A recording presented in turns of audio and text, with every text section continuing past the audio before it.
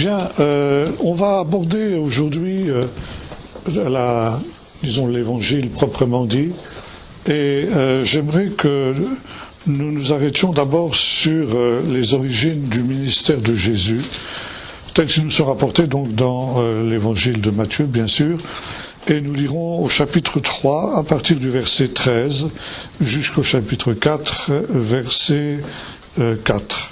Alors Jésus vint de la Galilée au Jourdain vers Jean pour être baptisé par lui. Mais Jean s'y opposait en disant, « C'est moi qui ai besoin d'être baptisé par toi, et c'est toi qui viens à moi. » Jésus lui répondit, « Laisse faire maintenant, car il est convenable que nous accomplissions ainsi toute justice. » Alors Jean le laissa faire. Aussitôt baptisé, Jésus sortit de l'eau, et voici les cieux s'ouvrirent, il vit descendre l'Esprit de Dieu comme une colombe et venir sur lui, et voici qu'une voix fit entendre des cieux ces paroles, « Celui-ci est mon Fils bien-aimé, en qui j'ai mis toute mon affection. » Alors Jésus fut emmené, ça c'est une traduction élégante, mais le terme grec littéralement dit fut jeté par l'Esprit dans le désert. Nous verrons justement tout à l'heure l'importance de cette expression, pour être tenté par le diable. Il jeûna pendant 40 jours et 40 nuits, puis il eut faim. Le tentateur s'approcha et lui dit, « Si tu es le Fils de Dieu, ordonne que ces pierres deviennent des pains. » Jésus répondit, « Il est écrit, l'homme ne vivra pas de pain seulement, mais de toute parole qui sort de la bouche de Dieu. » Le diable le transporta dans la ville sainte, le plaça sur le haut du temple, et il lui dit, « Si tu es le Fils de Dieu, jette-toi en bas, car il est écrit, il donnera des ordres à ses anges à ton sujet, et ils te porteront sur des mains, de peur que ton pied ne heurte contre une pierre. » Jésus lui dit, « Il est aussi écrit, tu ne tenteras pas le Seigneur ton Dieu. » Le diable le transporta encore sur une montagne très haute, il lui montra tous les royaumes du monde et leur gloire, et lui dit, je te donnerai tout cela si tu te prosternes et m'adores.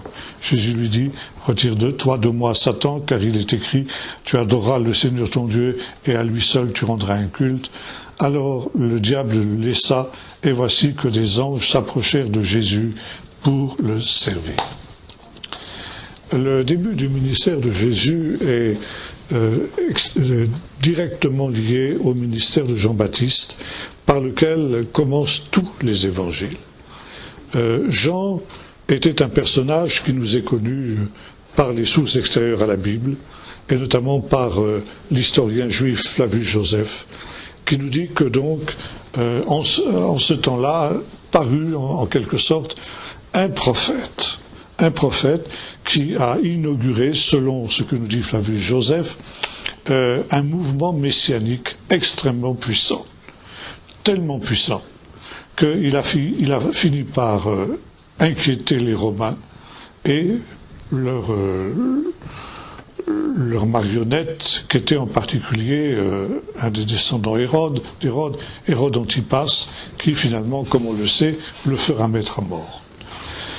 Jean-Baptiste est un personnage très important qui est associé d'une manière très étroite par les évangiles au ministère de Jésus, parce qu'il est considéré comme le précurseur dont il est question dans le livre de Malachie, où il nous est dit, voici j'envoie mon messager devant, et il préparera le chemin devant moi.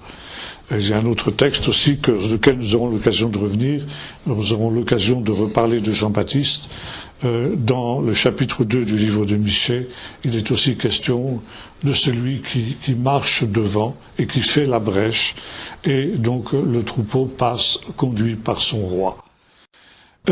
Donc Jean-Baptiste était quelqu'un qui a marqué un tournant décisif dans l'histoire du peuple d'Israël, dans la mesure où, depuis justement le prophète Malachie, on considérait dans le judaïsme de son temps que l'Esprit Saint avait été retiré d'Israël, en ce sens que la voix prophétique s'était tue. Et depuis Malachie, le dernier des prophètes, aucun autre prophète n'avait surgi dans un temps que la tradition juive appelle le temps du silence de Dieu, un silence qui va durer plus de 4 siècles. Ce silence, on l'appelle aussi à différentes manières de l'exprimer dans la tradition juive, c'est aussi le temps de la fermeture du ciel. Le ciel est fermé et la voix prophétique ne descend plus. Mais on a cette certitude, cette assurance que quand viendra le temps de l'apparition du Messie, le ciel s'ouvrira et le Saint-Esprit qui a été retiré au ciel, eh bien, reviendra. Selon qu'il est écrit dans le livre du prophète Ésaïe, « Oh, si tu déchirais les cieux et si tu descendais ». Donc on attend ce temps de l'ouverture du ciel. L'ouverture du ciel. Et c'est un temps évidemment extrêmement critique que ce temps du silence de Dieu, parce que de fait, il n'y a plus de voix prophétique pour faire connaître la volonté de Dieu et pour conduire par conséquent les destinées du peuple. Et c'est le temps où les sages succèdent aux prophètes, selon qu'il est écrit toujours dans le livre du prophète Malachie, je vous enverrai Élie le prophète, donc, comme dira Jésus beaucoup plus tard, Jean-Baptiste et l'Élie qui devait venir, et en attendant cette venue du prophète eschatologique, eh bien, vous n'aurez pour vous conduire que la Torah de Moïse. Souvenez-vous de la Torah que mon serviteur Moïse vous a donnée à Horeb, les lois et les préceptes. Ça veut dire que, en attendant ce temps où, à nouveau, la voix prophétique se fera entendre, eh bien, pour connaître la volonté de Dieu, pour connaître la direction de Dieu dans les différentes circonstances de votre vie et de votre histoire, eh bien, il faudra sonder les Écritures. C'est la raison pour laquelle, comme je disais tout à l'heure, aux prophètes vont succéder les sages. Les sages, le premier, c'est Ezra, celui qui a rapporté la Torah de Babylonie, qui ont fait la lecture publique et qui fait en sorte que cette Torah devient, on pourrait dire, en employant un anachronisme, la constitution du nouvel État d'Israël qui naît à ce moment-là. Constitution, évidemment, c'est un mot qui n'existait pas à cette période-là, mais disons, la Torah va être le fondement de l'existence de la nouvelle communauté qui revient de l'exil de Babylone. Et Ezra, selon la tradition, va créer un collège de 120 sages, de gens qui vont être à même d'interpréter cette Torah. On va donc demander aux sages, comme on demandait aux prophètes, la direction de Dieu. Et ces 120 sages vont constituer ce que l'on appelle la Knesset Agdola. Alors on traduit ça en général par la grande synagogue, qui va être l'instance suprême de la direction du peuple d'Israël dans toute cette période-là. Il est intéressant de noter que lorsque le nouvel État d'Israël a été créé il y a 70 ans, donc en 1948, on a établi donc un parlement, le parlement israélien, auquel on a donné ce nom, la Knesset. Ça vient de cette expression Knesset Agdola, qui a été donc créée par Ezra le scribe.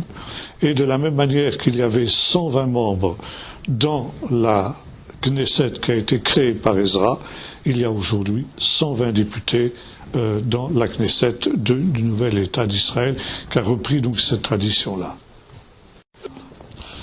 Et donc, on vivait dans cette attente du prophète eschatologique. Et cette attente du prophète eschatologique, elle est particulièrement vive à Qumran. À Qumran, où on attend deux personnages messianiques, le roi, fils de David, le Messie, et puis finalement un Messie aaronide, ou plutôt un personnage aaronide, qui serait donc le prêtre eschatologique et éventuellement le prophète eschatologique, un prophète qui serait associé avec le ministère du Messie lui-même, du fils de David.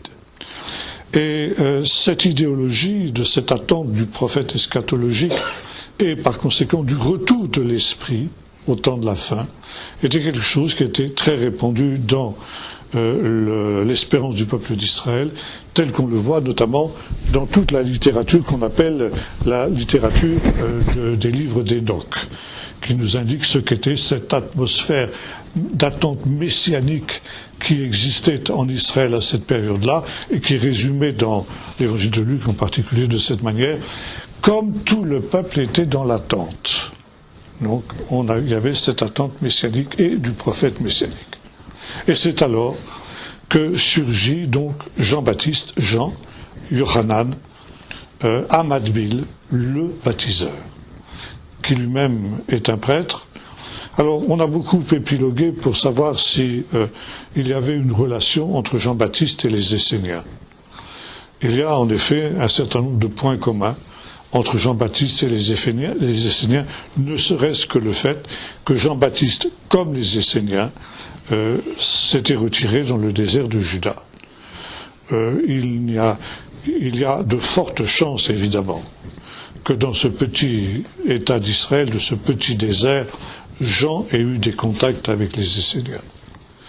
Néanmoins, Jean n'a jamais été un Essénien, et très vite il s'est séparé des Esséniens, si tant est s'il soit jamais associé à eux, parce que les Esséniens étaient des gens qui avaient une vision dualiste des destinées humaines. Ça veut dire qu'ils étaient déterministes, comme le sera plus tard l'islam, et certaines recherches modernes semblent montrer que le déterminisme mektoub des Arabes et des musulmans est directement inspiré justement par le dualisme qu'il y avait à Qumran. Ça veut dire Dieu a tout prédestiné d'avance.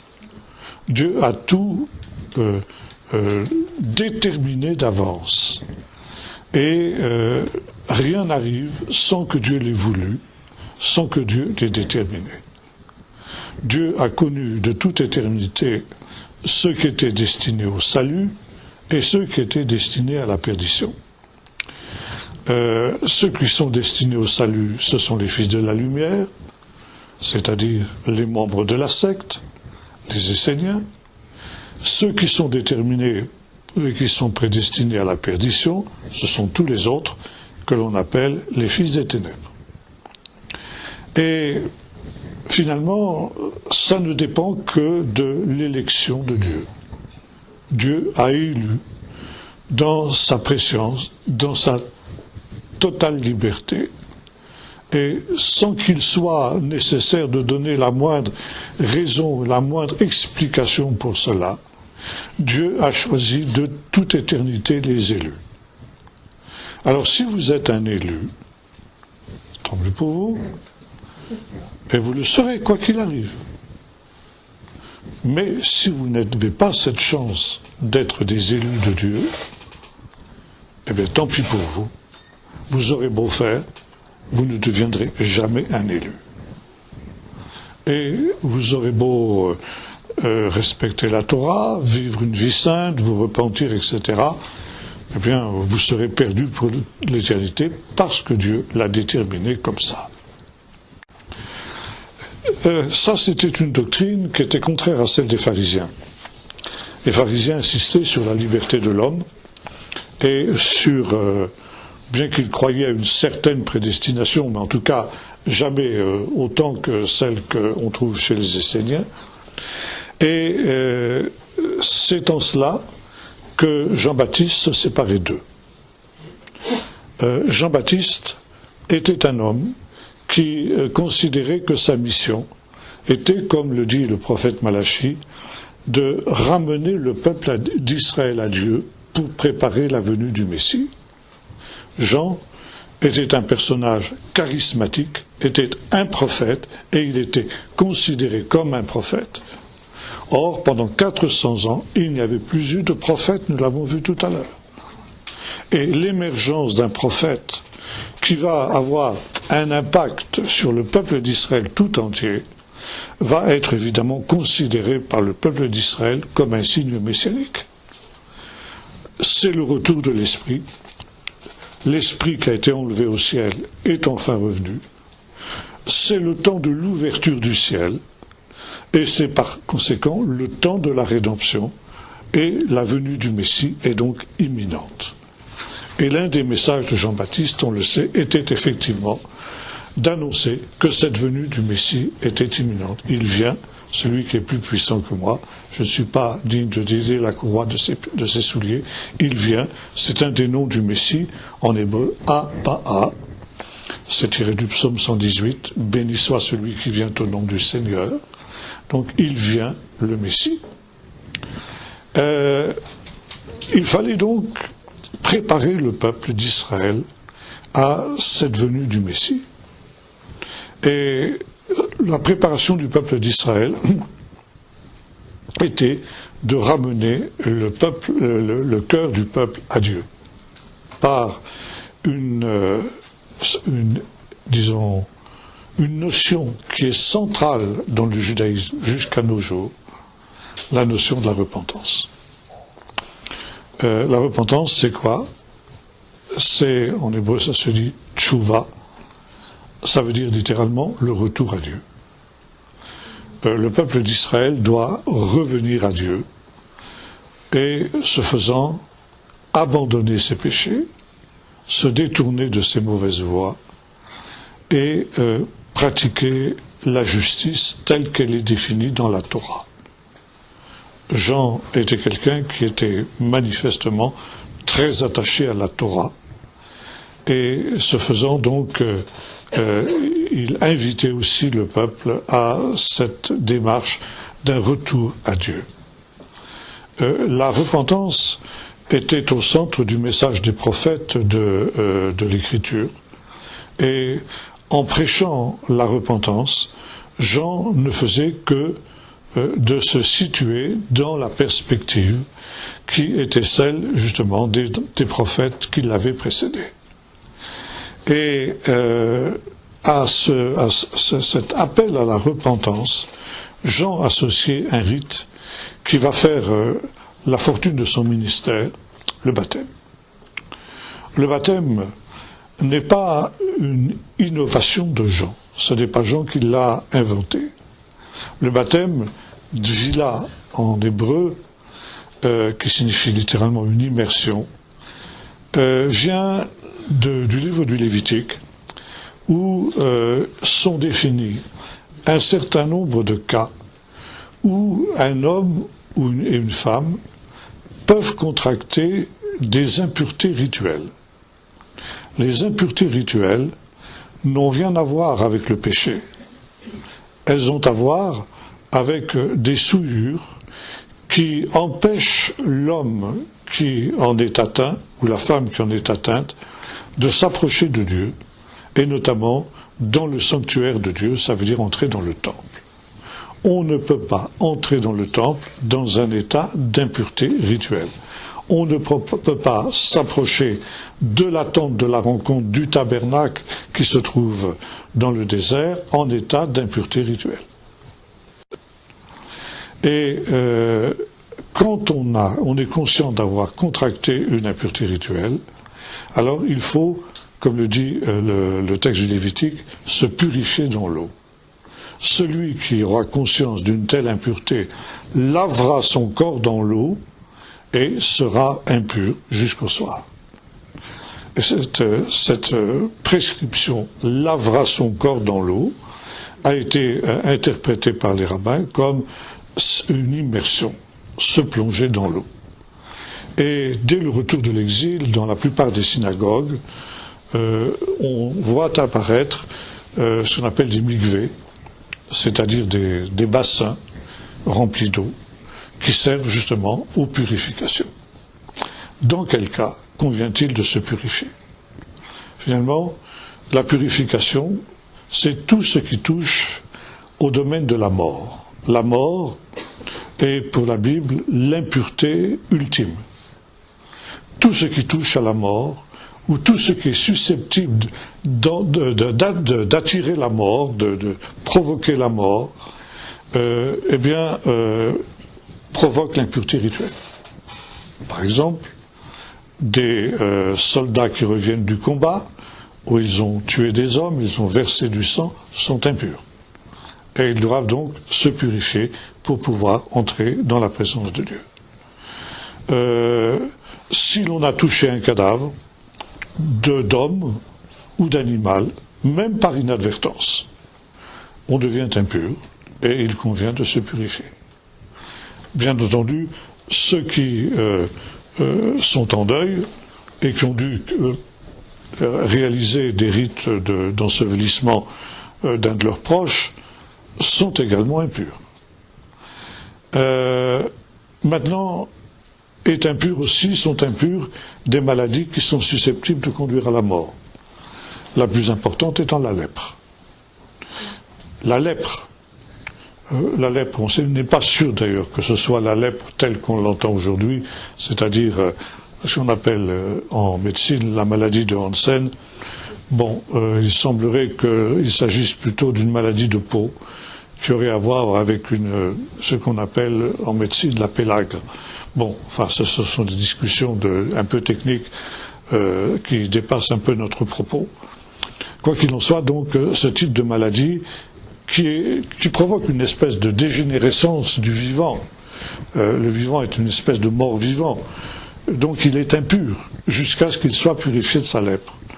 C'est intéressant de noter qu'il n'est pas question de guérison de la lèpre, mais de purification de la lèpre. Le lépreux est purifié, et Jésus purifiera de nombreux lépreux, comme on aura l'occasion de le voir justement dans l'Évangile. Autre type d'impureté rituelle qui concerne la femme cette fois-ci, toutes les émissions de sang. Le sang, c'est la vie. Donc, quand le sang s'échappe, quand il y a une hémorragie, ça risque d'entraîner la mort. Donc, une femme qui a ses règles, une femme qui vient d'accoucher est impure. Et doit donc se purifier pour pouvoir ensuite entrer à nouveau dans la présence de Dieu.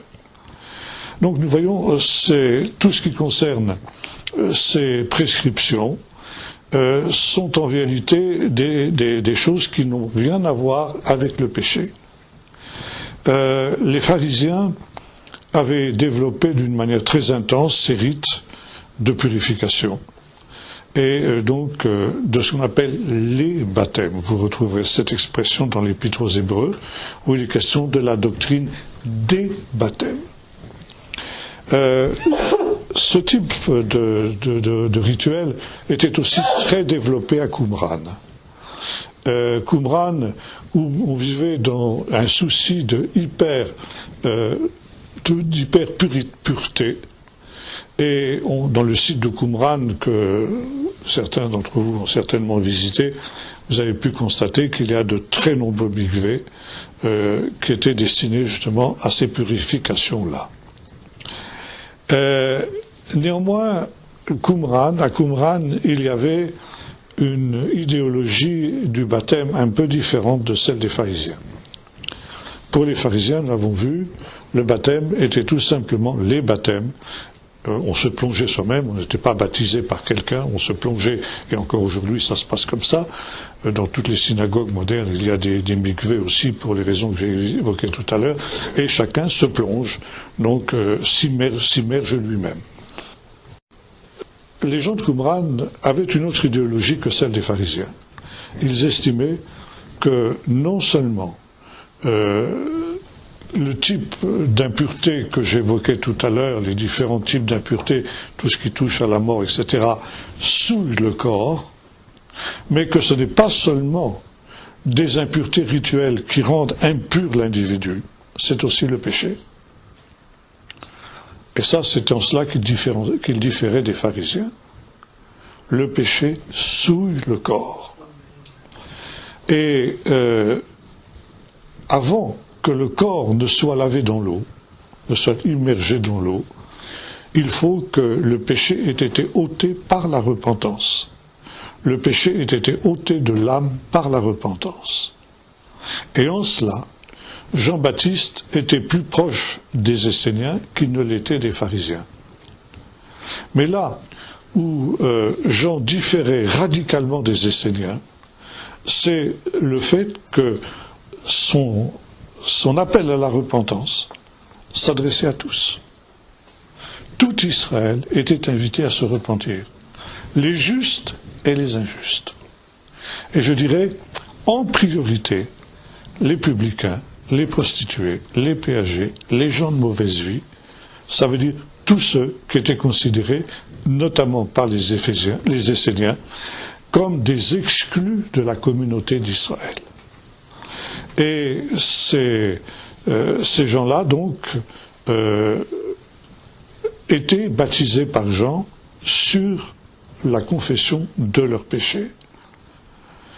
Or, imaginez qu'un péager, qu'une prostituée, qu'un malfaiteur quelconque puisse être pardonné, puisse être réintégré dans la communauté d'Israël et avoir part au salut eschatologique, pour un Essénien, pour les Esséniens, c'était tout simplement impensable. Et c'est pourquoi on est sûr aujourd'hui que Jean-Baptiste n'était pas un Essénien. On l'a prétendu dans les premières années qui ont suivi les découvertes de Qumran. Aujourd'hui, plus aucun exégète sérieux ne fait de Jean-Baptiste un Essénien à cause justement de cette différence fondamentale qu'il y avait entre Jean et les Esséniens. Maintenant, ce qui faisait le succès de Jean-Baptiste, c'était qu'il prêchait, il prêchait le baptême, il baptisait dans le désert et dans le Jourdain. Alors ça, c'est très intéressant. Pourquoi le désert d'abord? Eh bien, parce que les prophètes avaient une idéologie qu'on retrouve dans toute la Bible, et notamment dans tout le Nouveau Testament, et surtout dans l'Évangile de Matthieu. C'est le thème du second exode. La foi d'Israël repose sur deux certitudes. Dieu a autrefois libéré son peuple du pays d'Égypte, ce qui est l'acte fondateur du peuple d'Israël et qui est le grand fait, au fait de Dieu, la grande geste de Dieu que l'on célèbre tous les jours. Et dans toutes les circonstances de la vie, on ne cessera jamais de remercier Dieu d'avoir libéré nos pères du pays d'Égypte. Mais avec cette certitude que si Dieu l'a fait dans le passé, il le fera dans l'avenir. Au temps de la fin, il y aura un deuxième exode. Et tous les prophètes ont annoncé cela. Je pense par exemple au prophète Osée, qui présente Israël sous l'image d'une épouse infidèle, et il dit, c'est pourquoi je vais l'attirer au désert et parler à son cœur. Donc, pour qu'il y ait repentance d'Israël infidèle, pour qu'il y ait retour à Dieu, il faut que Israël, actuellement, revive ce que ses pères ont vécu au commencement. Ça veut dire qu'il retourne au désert. Le désert, chez les prophètes, est considéré comme le temps des relations idéales entre Israël et son Dieu. Le temps des fiançailles. Et vous retrouvez ça, par exemple, chez Jérémie.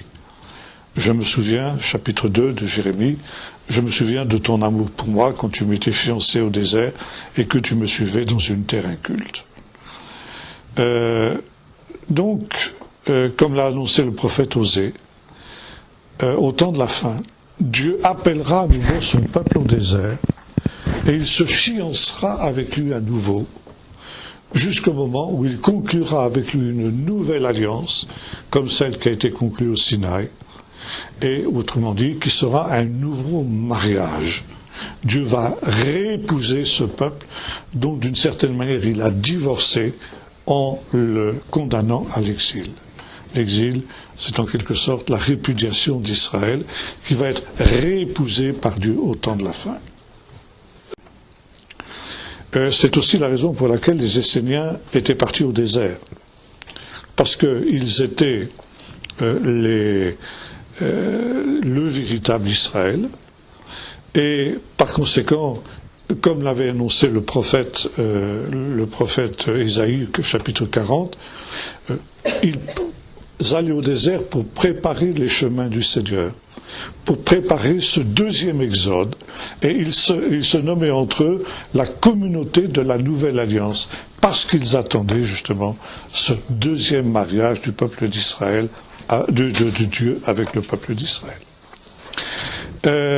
Jean avait un peu la même idéologie sur ce point-là, et notamment il appelait le peuple d'Israël à sortir au désert. Lui qui était prêtre, il avait abandonné le temple de Jérusalem. Alors là aussi, pour quelle raison? on sait que les Esséniens aussi avaient abandonné le culte du temple, bien qu'eux aussi étaient d'origine sacerdotale, comme Jean était d'une famille de prêtres, comme on le sait. Mais Jean semble avoir rompu avec le temple, comme les Esséniens aussi avaient rompu avec le temple. Pourquoi ? Parce que les Esséniens considéraient que la prêtrise qui officiait, la grande prêtrise notamment, qui officiait dans le temple, était une prêtrise qui était corrompue, qui n'était pas la prêtrise légitime et celle que le Seigneur avait prévue, parce que la plupart d'entre eux étaient descendants des Asmonéens, qui étaient une famille de prêtres, mais une famille de prêtres subalternes, qui n'était pas d'une famille aaronide. Et le début de la secte de Qumran et la rupture qui va avoir lieu un jour de Kippour entre ce que les textes de Qumran appellent le prêtre impie, qui n'est pas nommé, mais on pense que c'est vraisemblablement le premier grand prêtre de la dynastie des Asmodéens, c'est-à-dire Jonathan l'Asmodéen, et le maître de justice qui lui était par contre de la descendance d'Aaron et qui s'était présenté le jour du Kippour pour offrir le sacrifice du jour en tant que grand prêtre qu'il était et qu'il revendiquait, et il a été chassé par le prêtre impie. À partir de ce moment-là, les disciples du maître de justice, c'est-à-dire les Esséniens, ont rompu avec le temple. Mais ça ne veut pas dire pour autant que tout espoir pour eux de voir le temple reconstruit était vain. Ils s'attendaient effectivement qu'au temps de la fin, lors de la venue des Messies d'Aaron, donc le véritable prêtre, descendant du maître de justice, et le Messie davidique, rétablissent également le vrai culte et reconstruisent un nouveau temple. Et pendant la guerre des 6 jours, on a découvert dans une vieille boîte à chaussures abandonnée par un arabe de la vieille ville de Jérusalem un des plus importants rouleaux de la mer Morte, qu'on a appelé le rouleau du temple, parce qu'il décrit justement le nouveau temple tel que le rêvaient les Esséniens. Donc reconstruction du temple au temps de la fin, et en attendant, il constituait un temple spirituel, idéologique, que l'on retrouvera dans le Nouveau Testament aussi, fait de pierres vivantes. On trouve aussi des commentaires sur le chapitre 54 d'Ésaïe, malheureuse, battue par la tempête que nul ne console. Tout est cité, tes murailles seront construites avec des hommes, tes fils qui seront disciples de l'Éternel. Donc, à partir de là, il y avait cette idée que la communauté de Qumran, en attendant la réalisation de ses espérances et la reconstruction du nouveau temple, était un temple spirituel qui offrait des offrandes spirituelles, essentiellement des prières et des chants qui étaient offerts ainsi à l'Éternel.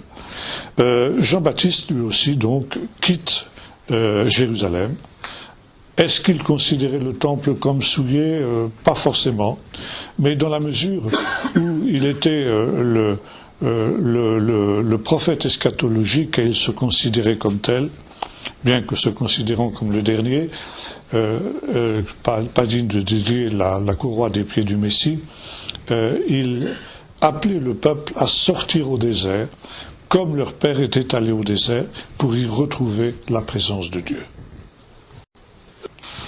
Et c'est dans le Jourdain qu'il est baptisé. Le Jourdain, fleuve aussi sacré, fleuve important, qui avait été traversé à pied sec par les Israélites quand ils étaient rentrés dans la terre promise. Et là aussi, dire que les gens étaient baptisés dans le Jourdain, ça veut dire qu'ils revivaient l'épopée de leur père, c'est-à-dire le second exode. En étant baptisés dans le Jourdain, c'est comme lorsque les pères ont passé le Jourdain à pied sec pour entrer justement dans la terre promise. Et le baptême de Jean avait ceci de très particulier, et cette différence-là, et du baptême des Esséniens et du baptême des pharisiens, c'est qu'il était administré une fois pour toutes.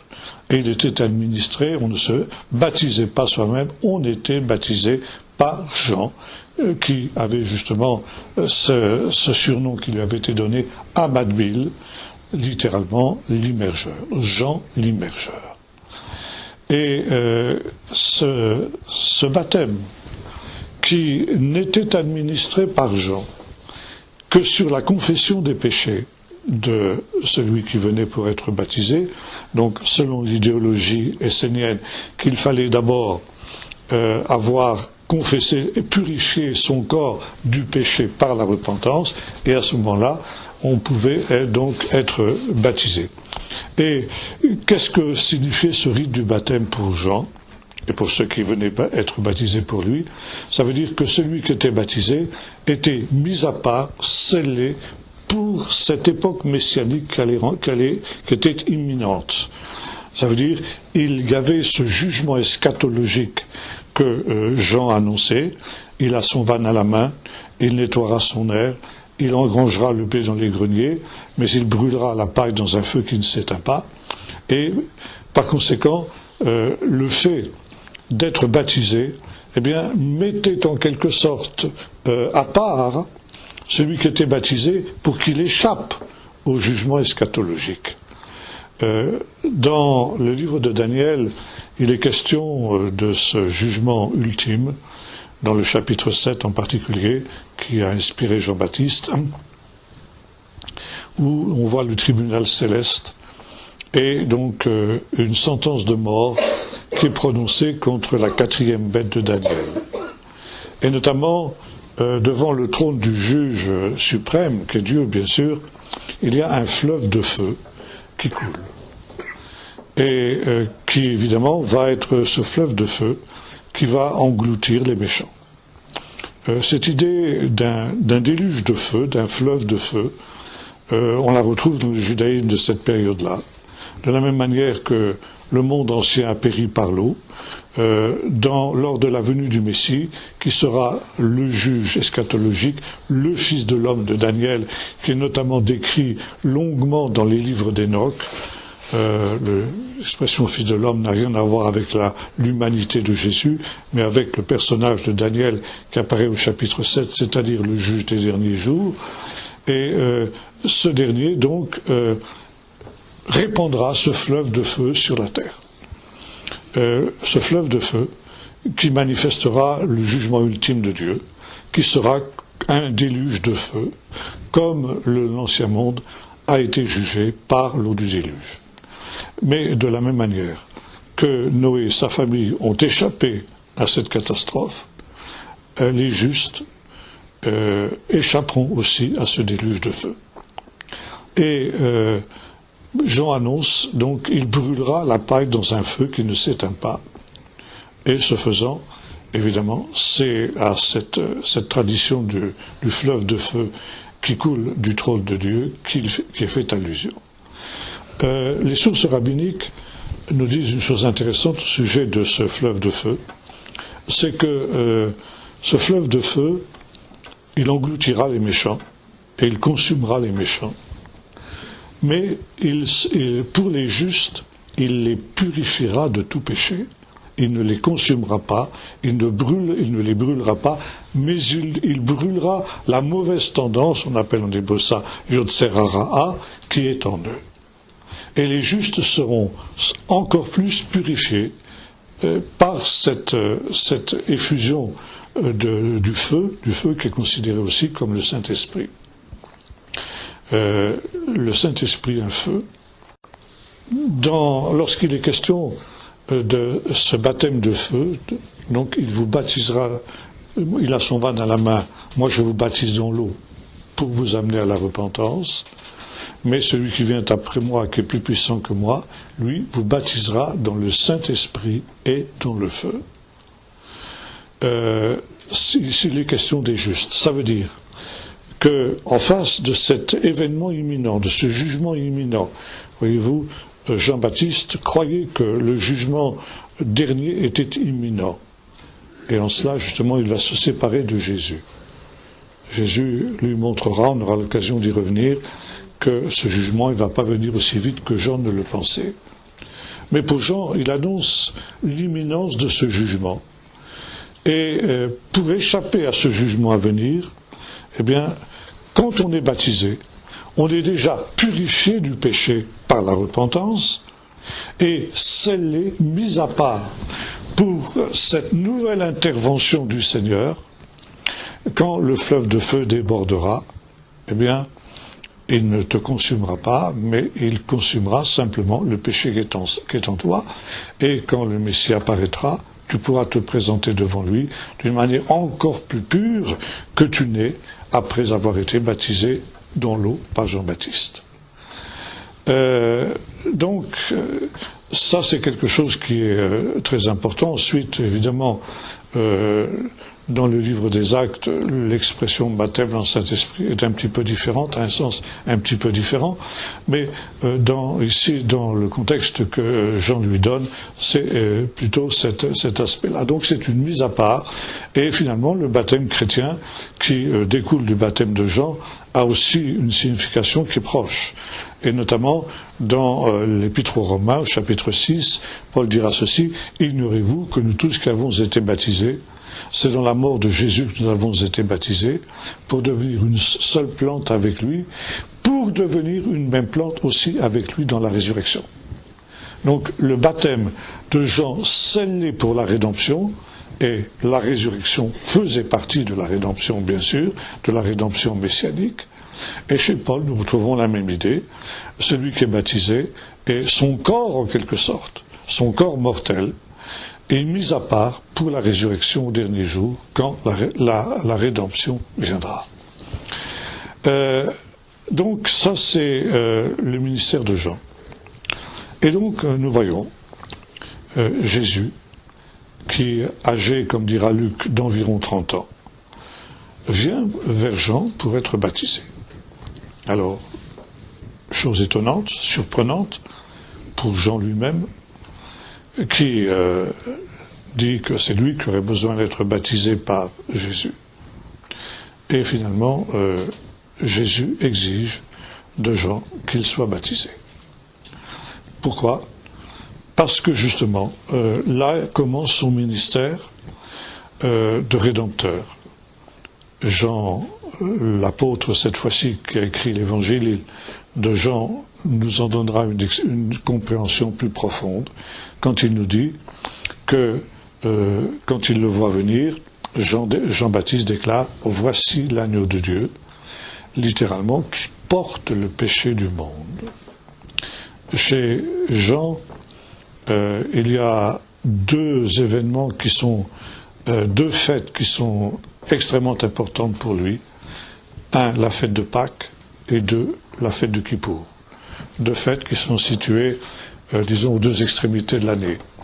La fête de Pâques le 14e jour du premier mois, la fête de Kippour le 15e jour du 7e mois, donc à la moitié de l'année. Et chez Jean, dans toute la littérature joannique, que ce soit dans les évangiles, les épîtres et surtout l'Apocalypse, ces deux fêtes se retrouvent. Donc, voici l'agneau de Dieu. Évidemment, l'agneau de Dieu, c'est une allusion à l'agneau de Pâques. D'ailleurs, Jean l'évangéliste nous dit que c'est 8 jours avant la fête de Pâques que Jésus a été baptisé par Jean. Il est le seul à nous donner ce détail. Donc, 8 jours après, il y a une fête des Juifs, et c'est là que Jésus chasse les marchands du temple.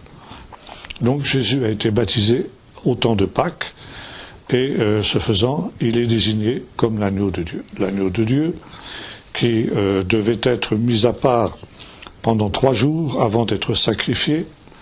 Et de la même manière, il y a l'équation que nous allons retrouver tout à l'heure d'ailleurs, quand nous allons parler de Jésus au désert, 1 jour égale 1 an. Donc l'agneau de Pâques était sanctifié, était mis à part pendant 3 jours. Jésus, l'agneau de Dieu, est mis à part pendant 3 ans. Le ministère de Jésus va durer 3 ans égale 1 jour.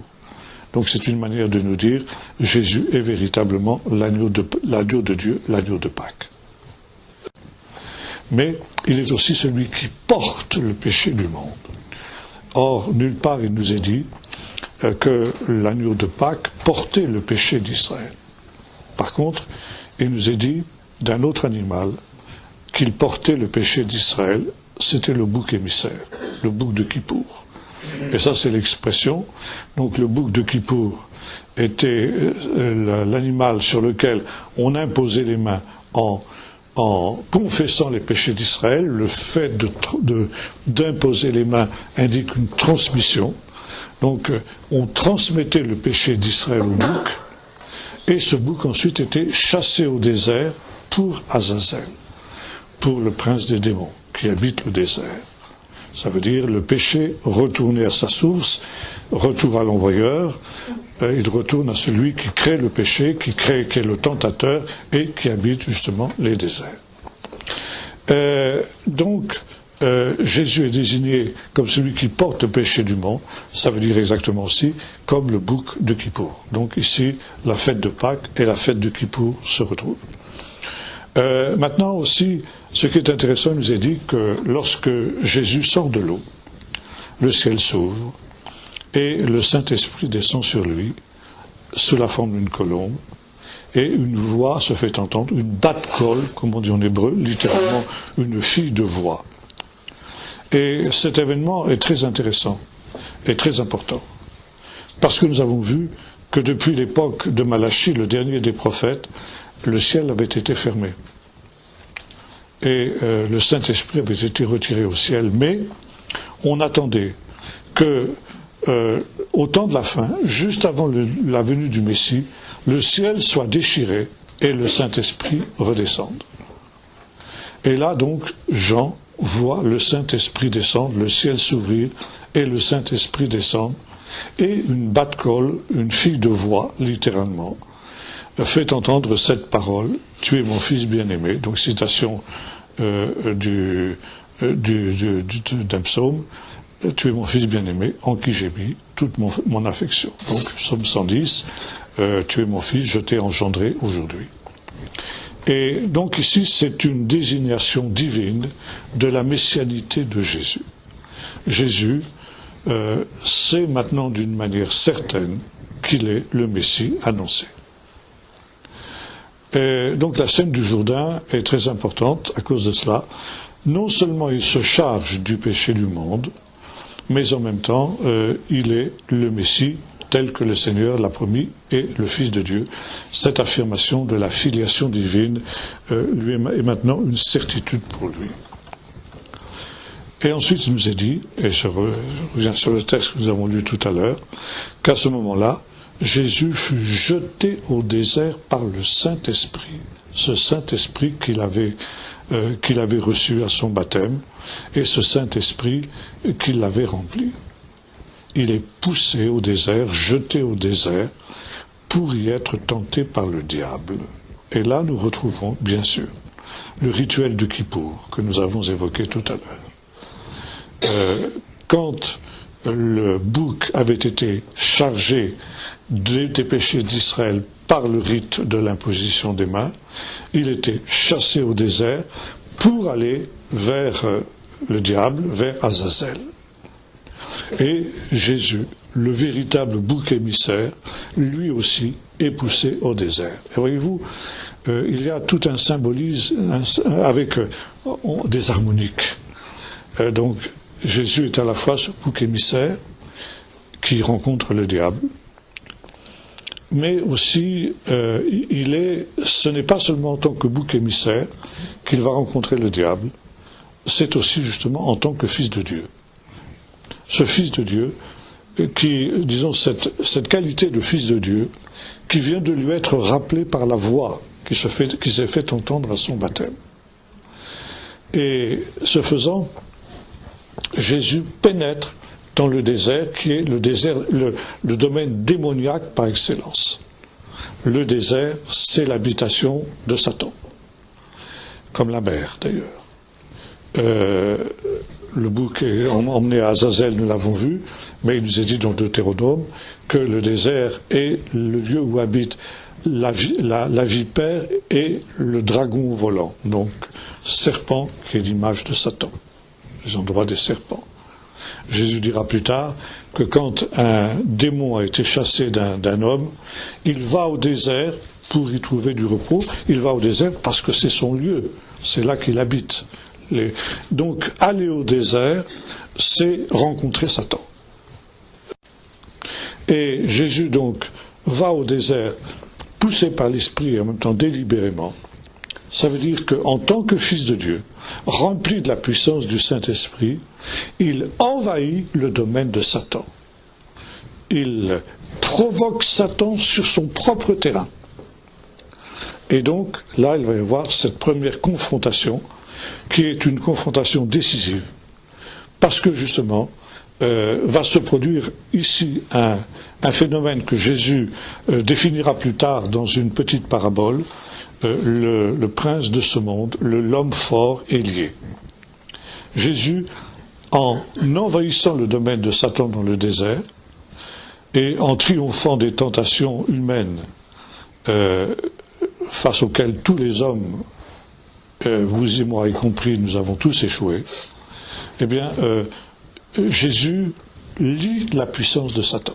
Il lie l'homme fort, et à son retour du désert, il va pouvoir libérer les victimes de cet homme fort qui a été lié, le puissant d'Ésaïe 53. Cette expression, l'homme fort, le puissant, on la retrouve dans Ésaïe 53. C'est pourquoi il partagera le butin du puissant, nous est-il dit dans Ésaïe 53, après que le serviteur ait offert sa vie pour le péché.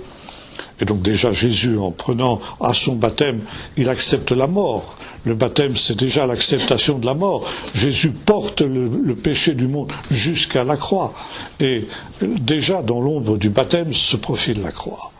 Donc déjà, Jésus a accepté la croix, et ce faisant, c'est un acte décisif aussi par lequel il va lier l'homme fort. Et donc, les miracles vont pouvoir se produire, toutes les victimes de Satan, les malades, les lépreux, les paralytiques, etc. Tous ces gens-là, les lépreux, les pécheurs vont être pardonnés, les morts ressuscitent, etc.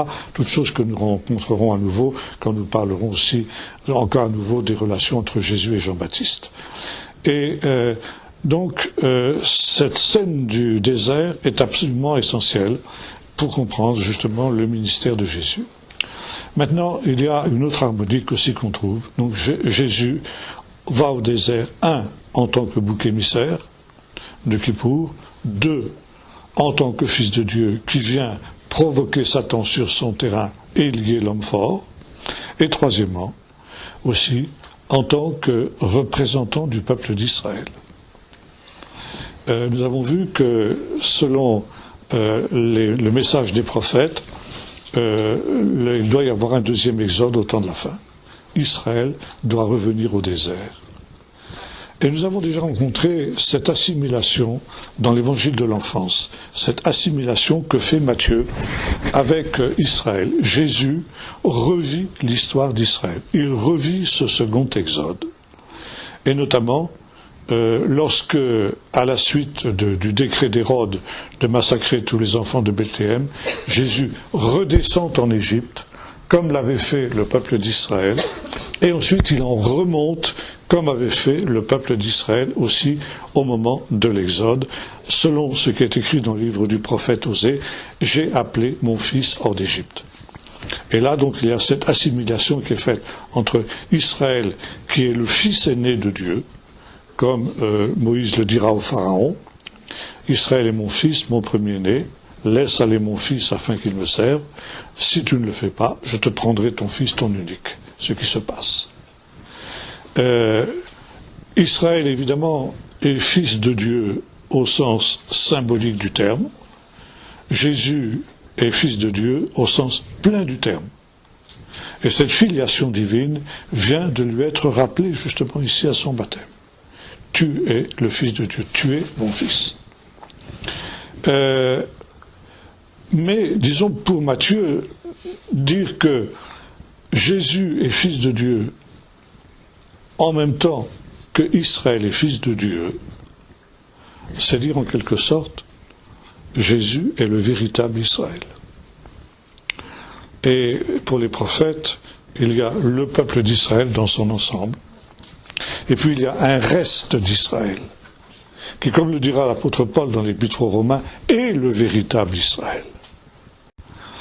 Et puis, du sein de ce reste, il y a un individu qui donne à l'histoire d'Israël tout son sens, qui revit toute l'histoire d'Israël, c'est le Messie. C'est une pyramide, si vous voulez.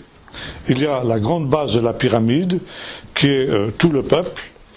Il y a un état intermédiaire qui est le reste du peuple, le reste fidèle, ce reste qu'on trouve déjà à l'époque d'Élie, 7000 qui n'ont pas plié les genoux devant Baal. Et puis il y a la pointe de la pyramide qui est le Messie, le véritable Israël, celui qui donne son sens et sa signification à toute l'histoire et à toute la vocation du peuple d'Israël. Jésus incarne et amène à sa perfection la vocation du peuple d'Israël et l'histoire du peuple d'Israël, la vocation du peuple d'Israël d'être l'instrument du salut de Dieu pour toutes les nations. Il est le véritable Israël. Et ce faisant, il va revivre toute l'histoire d'Israël. Il a revécu l'histoire de l'Exode, nous l'avons vu en tant qu'enfant, quand il est descendu en Égypte, puis remonté d'Égypte. Et puis maintenant, il va retourner au désert, comme Israël est allé au désert. Et là, il va rester dans le désert 40 jours. Nous retrouvons l'équation que nous avons vue tout à l'heure, un jour égale un an. Israël a passé 40 ans au désert. Et bien de la même manière, Jésus, le véritable Israël, va passer 40 jours au désert. Il revit l'histoire de son peuple. Et dans le désert, que s'est-il passé? Le livre du Deutéronome nous le dit. Il t'a conduit dans ce grand et affreux désert pour t'humilier et te tenter, pour voir si tu garderais ou non les commandements de Dieu. Donc le désert, pour le peuple d'Israël, a été l'endroit de l'épreuve et de la tentation. Et pour Jésus, le véritable Israël, le désert va être aussi le lieu de l'épreuve et de la tentation.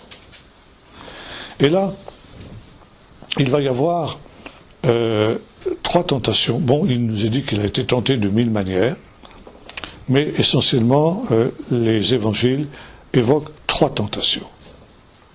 3 tentations qui rappelle aussi l'essentiel des tentations que le peuple d'Israël a connues dans le désert. Et l'apôtre Jean, notamment, dans ses épîtres, évoque la tentation. Il nous dit que chacun est tenté quand il est amorcé par sa propre convoitise, et que finalement, il évoque 3 registres sur lesquels le tentateur agit. 3 registres auxquels peuvent se ramener toutes les tentations auxquelles nous pouvons être soumis. La convoitise des yeux, la convoitise de la chair et l'orgueil. 3 registres. Il est intéressant de noter que ces 3 tentations-là, on les retrouve déjà dans le Jardin d'Éden. Dans le Jardin d'Éden, qui est un environnement beaucoup plus agréable que le désert. Et là, nous retrouvons une autre harmonique aussi de ce récit des tentations de Jésus. Non seulement Jésus est le bouc émissaire, non seulement il est le Fils de Dieu qui a envahi le royaume de Satan, non seulement il est le véritable Israël, mais il est également le second Adam. Et il va revivre ce que le premier Adam a vécu dans le Jardin d'Éden, les mêmes tentations, le même type de tentation. Seulement, dans un environnement beaucoup plus difficile. Ça veut dire que Adam avait tout pour refuser les tentations qui lui ont été offertes. Pourquoi? Parce qu'il était dans un jardin magnifique et qu'il avait à sa disposition tous les arbres les plus excellents qu'il pouvait souhaiter. Qu'avait-il besoin d'un arbre supplémentaire? C'était vraiment stupide. Mais dans le désert, il n'y a pas d'arbre. Et Jésus a faim. Et la première tentation, c'est... Alors là, on traduit par « si tu es le Fils de Dieu ». C'est-à-dire que la traduction laisserait entendre que le diable met en doute le fait que Jésus soit le Fils de Dieu. Mais si vous retraduisez cette expression en hébreu, ça veut dire « Qui ben Elohim ata » ça veut dire « puisque tu es le Fils de Dieu ». Ça veut dire, Satan ne met pas en cause le fait que Jésus soit le Fils de Dieu. Cette filiation, elle vient d'être affirmée par la voix qui s'est fait entendre au Jourdain. Et donc, puisque tu es le Fils de Dieu, tu as tous les pouvoirs entre tes mains. Ordonne que ces pierres deviennent du pain. Convoitise de la chair. Et là où le premier Adam a lamentablement échoué, le deuxième Adam, lui, va réussir. Et voyez-vous, pour le diable, c'était un moment décisif. Parce que s'il avait pu rééditer avec Jésus ce qu'il avait réalisé avec Adam dans le jardin d'Éden, eh bien, là, il tenait le bon bout, il tenait la victoire. Donc, ici, ces trois tentations du désert sont un moment décisif de l'histoire de Jésus. Ensuite, le diable l'emmène sur une haute montagne et lui montre tous les royaumes de la terre et lui dit, puisque tu es le Fils de Dieu, eh bien, je te les donne, à condition que tu te prosternes devant moi. Convoitise des yeux. Et puis enfin, jette-toi du haut du temple, que tout le monde sache que tu es le Messie, que tu es le Fils de Dieu. Orgueil. Donc les trois registres, convoitise des yeux, convoitise de la chair et orgueil. Et vous retrouvez ces trois tentations dans le jardin d'Éden. Ève vit que le fruit était beau. Elle vit, convoitise des yeux. Qu'il était bon pour ouvrir l'intelligence, convoitise de la chair. Et vous serez comme Dieu, connaissant le bien et le mal, orgueil. Donc nous retrouvons les trois registres sur lesquels agissent toute tentation. Et là, justement, contrairement à ce qui s'est passé dans le jardin d'Éden, Jésus met en fuite l'adversaire. Et ce faisant, donc, il nous est dit, le diable le laissa en attendant une autre occasion où il pourrait intervenir. Et c'est quelque chose qui est absolument important parce que l'autre occasion, eh bien, ce sera cette fois-ci dans un jardin, le jardin de Gethsémani, au moment de la passion de Jésus. Et là, il y aura à nouveau 3 assauts de l'adversaire dans le jardin d'Éden, dans le jardin de Gethsémani, 3 assauts de l'adversaire qui rappelleront aussi ces 3 registres sur lesquels justement s'exerce toute la tentation. Et de là, il nous est dit que donc Jésus revient du Jourdain. Il revient du Jourdain et il retraverse le Jourdain après avoir été de l'autre côté. Et puis il y a encore une autre harmonique aussi par rapport à ce texte. C'est l'histoire d'Élie et d'Élisée. Vous vous souvenez comment, avant son enlèvement, Élie donc était parti avec Élisée et il avait retraversé le Jourdain en faisant d'ailleurs des arrêts à chacune des étapes qui avaient été celles de la conquête de Josué. Et Élie nous est représenté ici comme un nouveau Moïse. Jéricho, le Jourdain d'abord, Jéricho, Gilgal, Bethel, les premières étapes de la conquête. Ça veut dire que Élie et Élisée vont réeffectuer une reconquête spirituelle du pays. Là aussi, nous retrouvons le thème du 2e Exode. Et donc il y a ce retour au désert. Et puis, Élie demande à Élisée, que veux-tu que je fasse pour toi avant que je sois enlevé? Et Élisée répond qu'il y ait sur moi une double part de l'esprit qui est sur toi.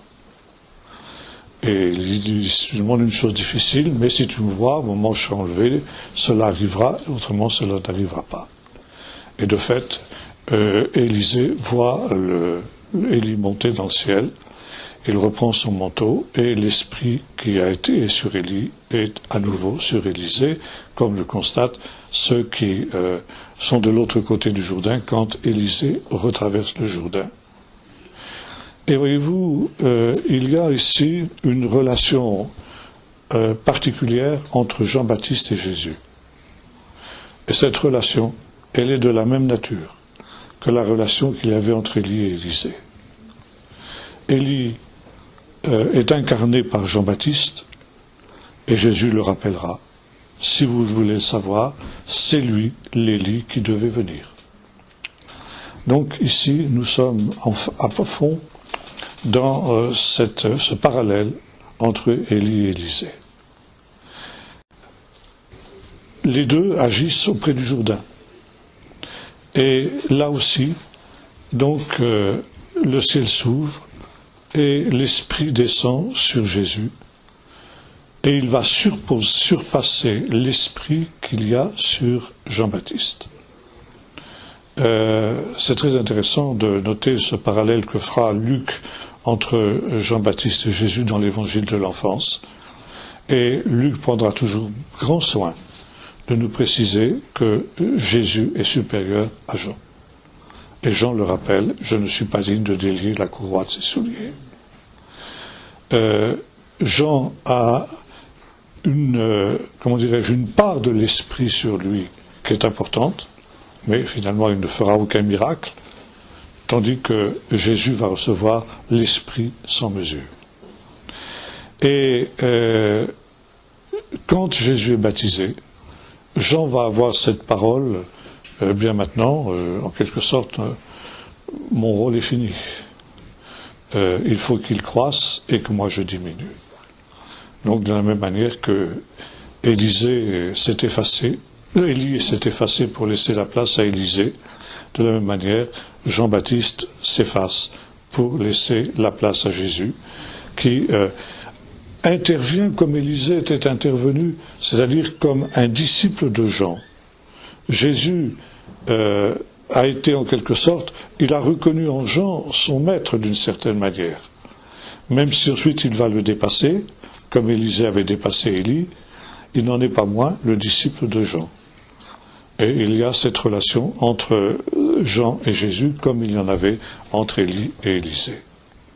Donc voilà, si vous voulez, très rapidement, on a passé un bon bout de temps déjà sur cette relation entre, disons, ce qui concerne le baptême de Jésus, et donc ensuite, Jésus revient dans la puissance du Saint-Esprit, nous est-il dit, comme Élisée était revenu dans la puissance du Saint-Esprit.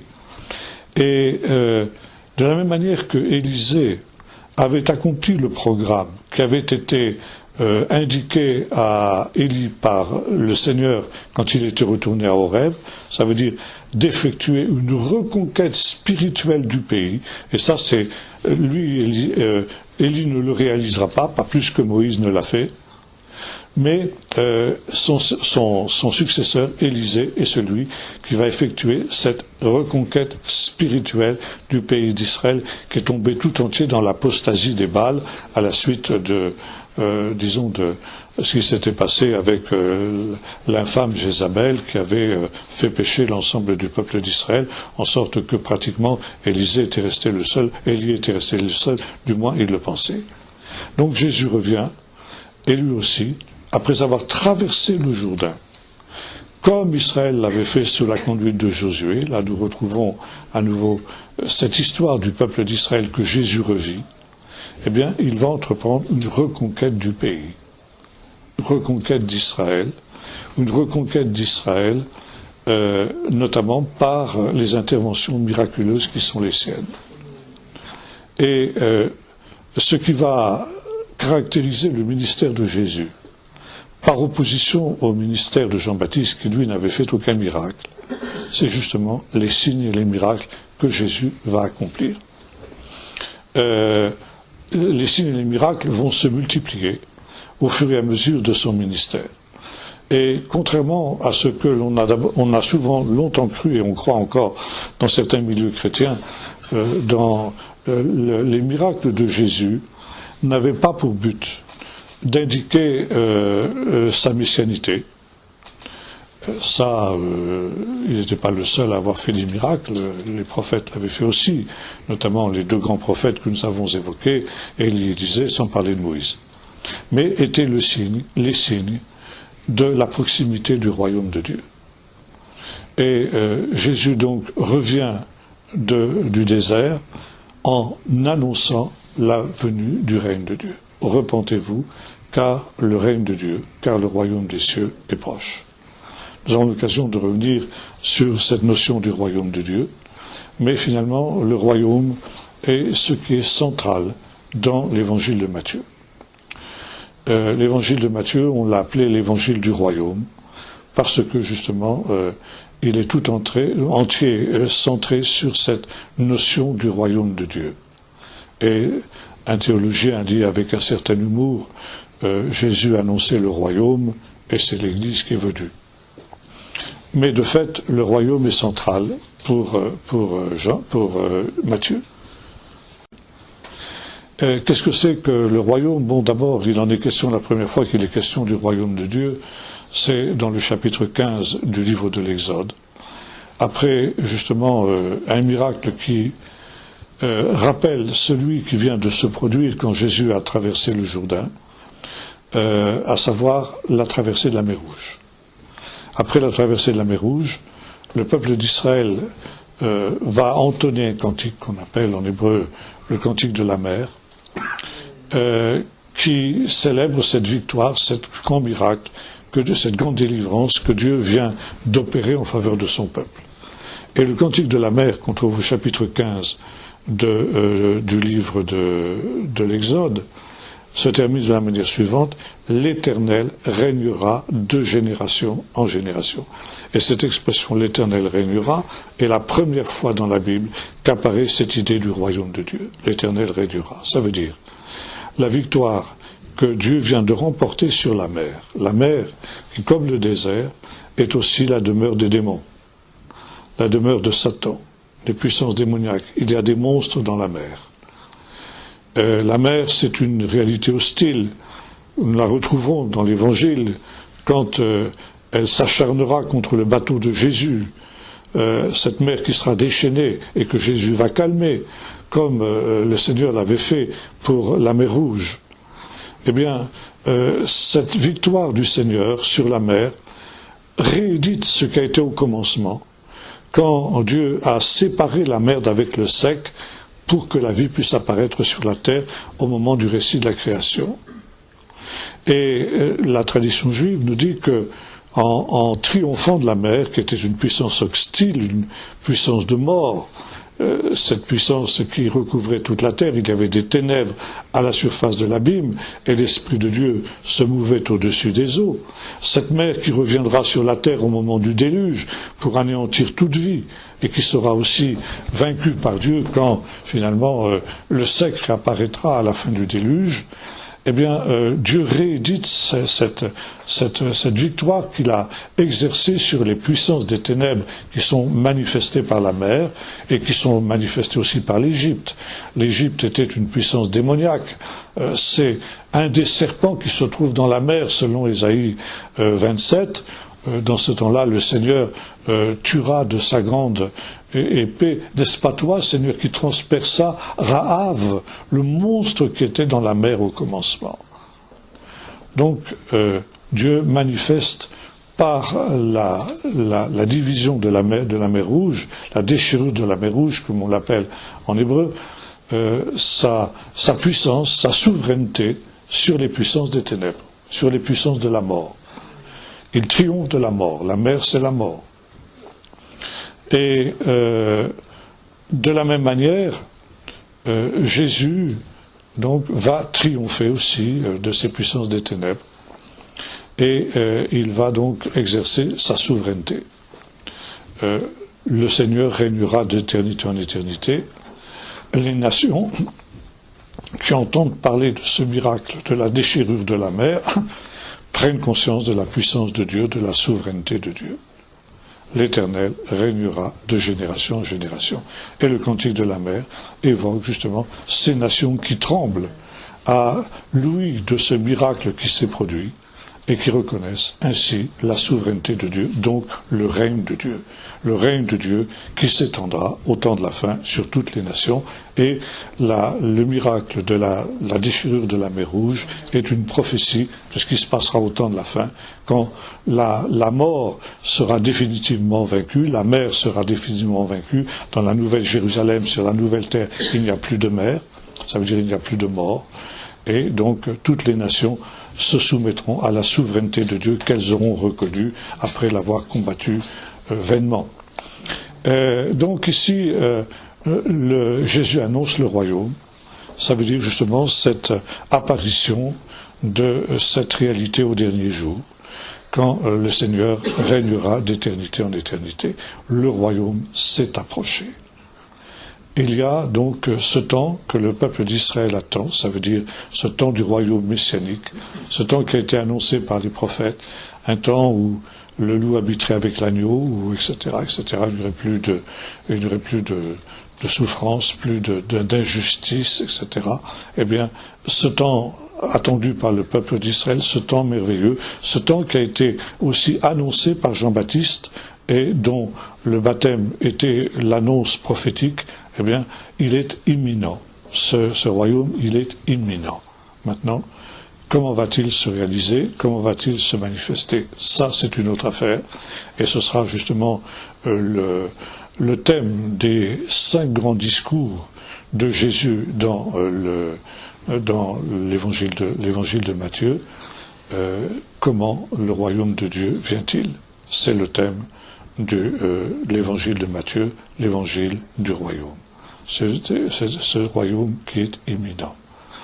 Alors, la prochaine fois, nous verrons le premier des grands discours de Jésus, qui est donc ce qu'on appelle le sermon sur la montagne, et plus particulièrement les béatitudes sur lesquelles nous consacrerons une séance entière, parce que c'est un thème extrêmement important.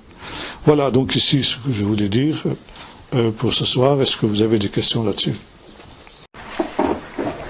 Bonsoir, M. Tombois. Bonsoir. Vous avez parlé tout de suite de la brisure, cette cassure de la mer. Oui, déchirure de la mer, on l'appelle, oui. Est-ce qu'il y a un rapport direct avec le fils de la brèche ou le Tikkun Olam? Non, pas directement. Moi, je n'ai jamais pensé trop à ça, mais non, la brèche qui est faite, non, je ne vois pas. Peut-être, il faudrait causer plus. Ouais. Là, il faudrait que je réfléchisse un peu. Ouais, il pourrait y avoir un rapport. Peut-être, oui, c'est intéressant comme piste. C'est une piste à laquelle j'ai jamais pensé, mais peut-être qu'effectivement il y a quelque chose. D'accord, merci.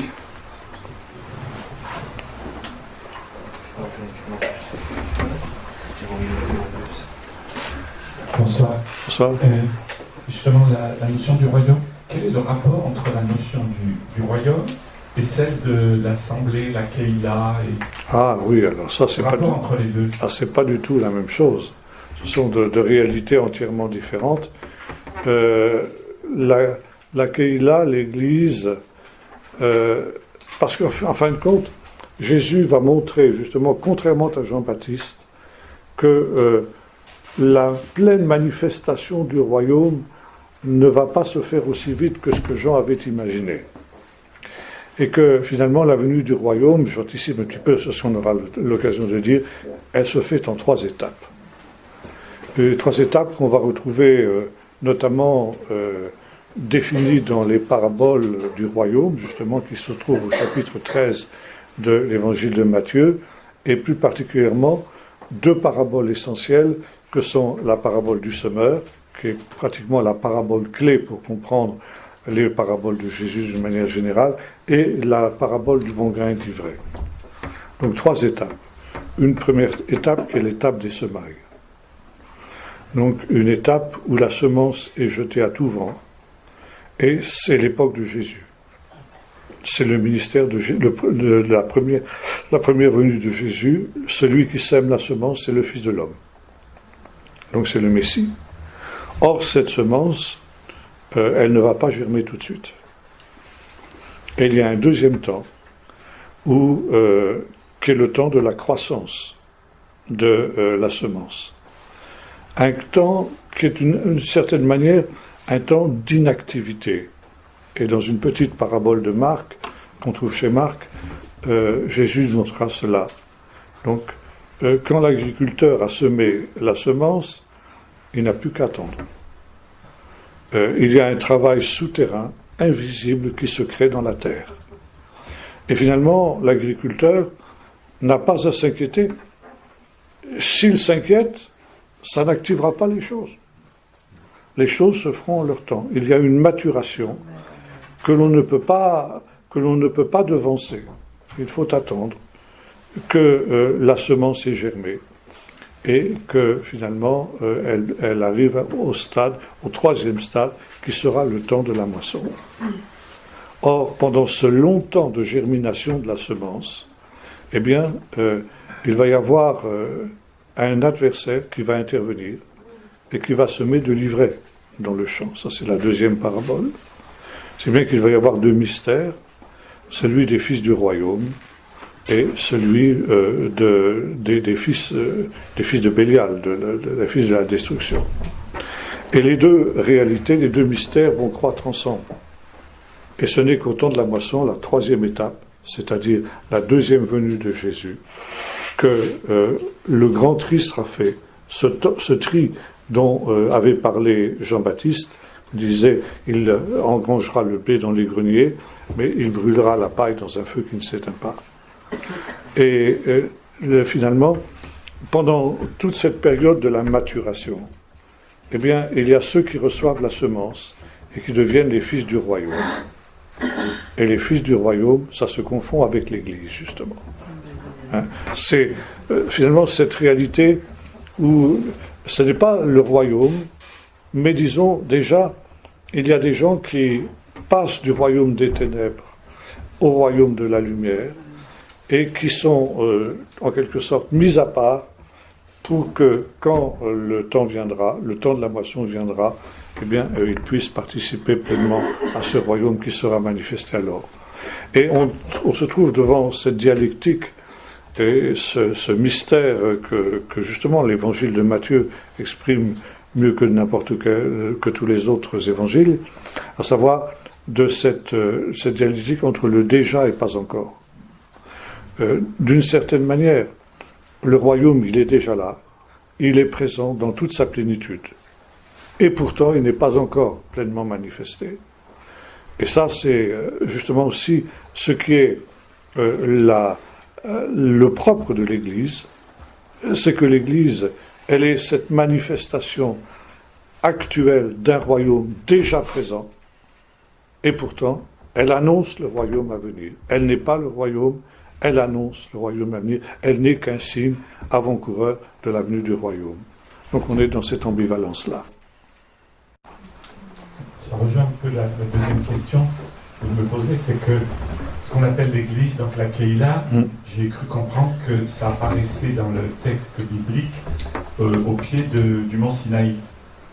Oui. C'est en premier. Alors est-ce que ça veut dire que cette partie-là, jusqu'à l'arrivée de Jésus, c'est la Keïla qui est déjà là, mais pas encore, et que quand Jésus arrive, c'est un peu ce que Blanco dit dans son livre, on peut le croire.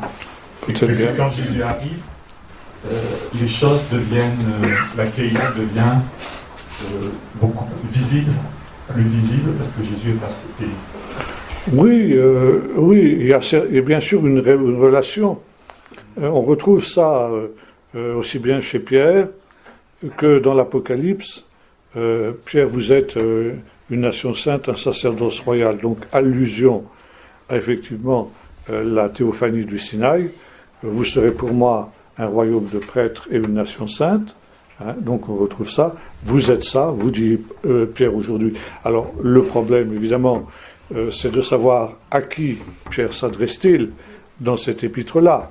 Est-ce qu'il s'adresse à des païens ou est-ce qu'il s'adresse à des juifs messianiques? Bon, ça c'est un autre problème. Mais disons, même s'il s'adresse à des juifs messianiques, il est bien évident que les païens sont aussi intéressés par cela. Parce que les païens sont intégrés par la foi en Jésus dans la communauté d'Israël. L'Église, c'est une réalité juive d'abord. Donc, le noyau de l'Église, c'est le reste d'Israël qui a cru. Ça, c'est ce que Paul développe longuement dans l'Épître aux Romains, au chapitre 9, 10 et 11. On retrouve ça aussi dans l'Apocalypse, à celui qui nous aime, qui nous a lavé de nos péchés, qui a fait de nous un royaume de prêtres pour la gloire de Dieu son Père. Donc, on retrouve aussi cette allusion à la théophanie du Sinaï, ce qui n'est pas pour nous étonner, puisque le livre de l'Apocalypse est tout entier bâti sur le thème, autour du thème du deuxième exode que nous avons évoqué. Donc il est normal qu'on retrouve l'allusion à ce qu'on appelle en hébreu Mahamad Sinaï, c'est-à-dire la station du peuple d'Israël au pied du Sinaï. Et ce faisant donc, c'est vrai que on peut dire que l'Église, à la fois, c'est-à-dire le rassemblement du reste d'Israël qui a cru et du reste des païens qui a cru, est la matrice du royaume, c'est sûr. Et de fait, elle sera donc, quand le royaume de Dieu apparaîtra, elle sera au centre de ce royaume-là, c'est sûr. Puisque Jésus d'ailleurs il dit que les gens doivent venir dans le royaume de l'Est, de l'Ouest, du Nord, et se joindre à Abraham, Isaac et Jacob. Voilà. C'est les seuls qui voilà. citent nommément d'ailleurs. Et il cite, Jésus en cela cite le psaume 104, je crois. Il est dit béni soit l'Éternel qui a rassemblé son peuple du nord, du sud, de l'est et de l'ouest. Donc c'est une allusion à ce psaume. Voilà. Mais les seules personnes qui citent, c'est quand même Abraham, Isaac. Oui, bien sûr. Le peuple d'Israël est au centre. Merci. Au centre de cette réalité.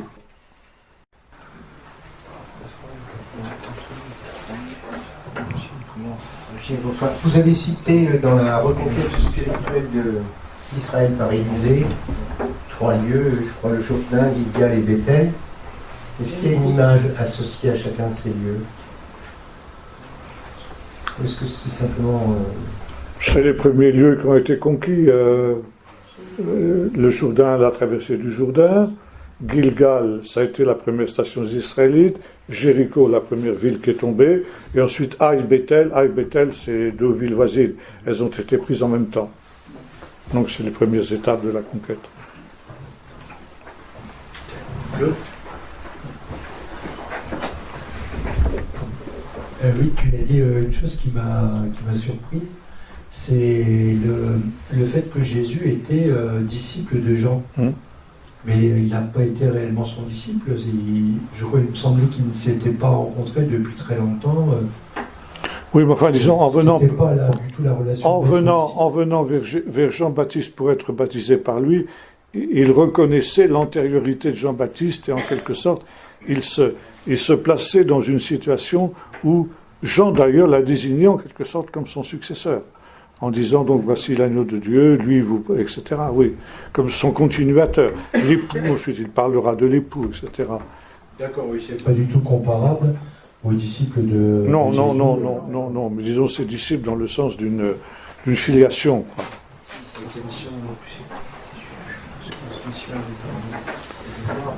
Oui, je voulais simplement demander, combien de temps il y a eu entre le retour de Babylone et le temple, la reconstruction d'un temple à Jérusalem? Est-ce que c'est en même tout de suite, puisque Cyrus avait promis de financer justement ce temple? Donc est-ce que ça a été fait tout de suite ou est-ce que ça a été long? Allez, la première caravane d'exilés qui est revenue donc était sous la direction de Sheshbazzar, puis de Zorobabel, et la première chose qu'ils ont faite en arrivant à Jérusalem, ça a été de rétablir l'autel. Ce n'était pas encore un temple, c'était l'autel.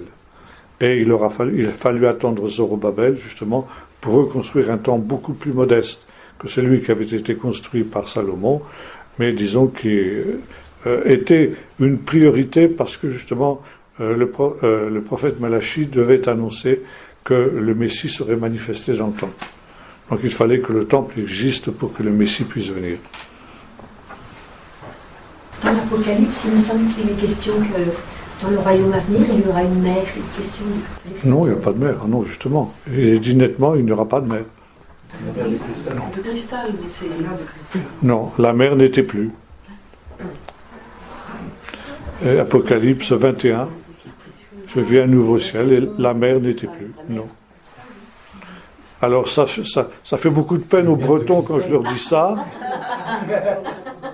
Mais voilà. Une mer de cristal, c'est... Ah, la mer du cristal, c'est autre chose. C'est autre chose. Mais la mer du cristal, dans l'Apocalypse, justement, évoque la traversée de la mer Rouge. C'est une allusion à cet événement-là. Bien. Plus de questions? Bon, on va en rester là pour ce soir. Et merci, bravo. Ok. Merci pour le merci que vous savez.